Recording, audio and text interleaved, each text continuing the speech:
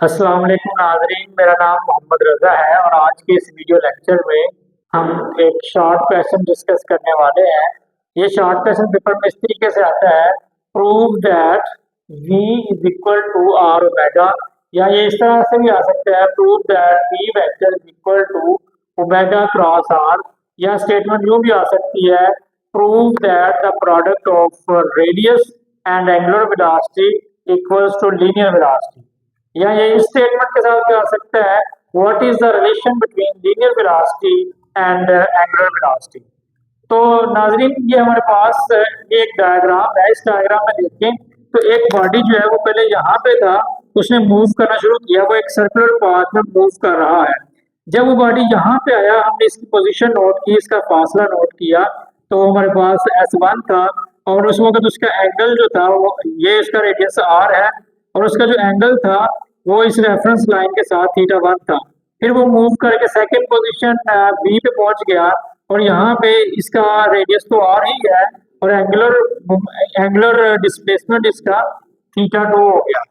तो यहाँ पे हम इसको यूँ लिख सकते हैं, at the first condition, at first position, जब हमारे पास फासला S1 था, S1 is equal to R1 R into θ1। R तो हमारा सेम है, R यहाँ पे रेडियस है, तो radius through the circular motion remain same, वो तो सेम रहता है।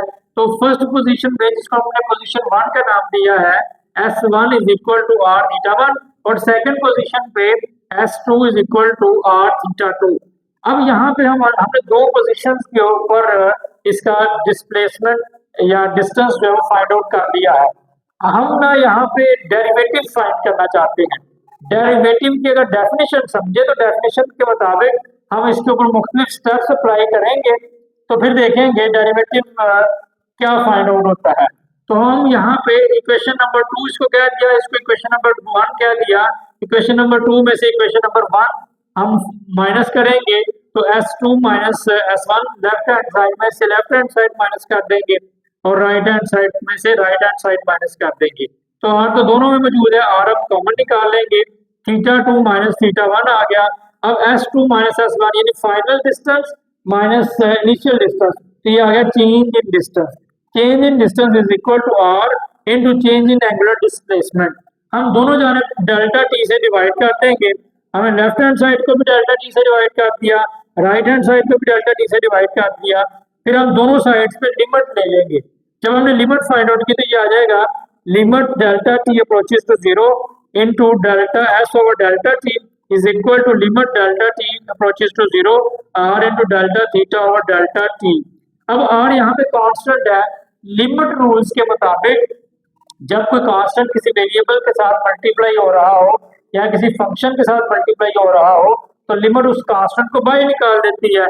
तो r यहाँ पे बाहर आ गया, तो limit delta t approaches to 0 into delta theta over delta t आ जाएगा।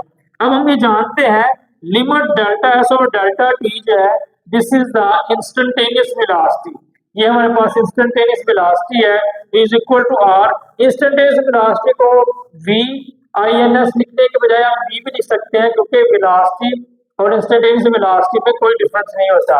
इसी तरह यहाँ पे ये हमारे पास एंगुलर वेलोसिटी है, एंगुलर वेलोसिटी को ओमेगा से भी ज़ाहिर कर सकते हैं, तो v is equal to r omega.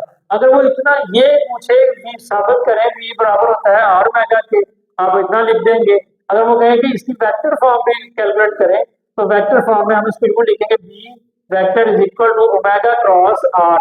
तो ये हमारे पास इसकी वेक्टर फॉर्म आ जाएगी।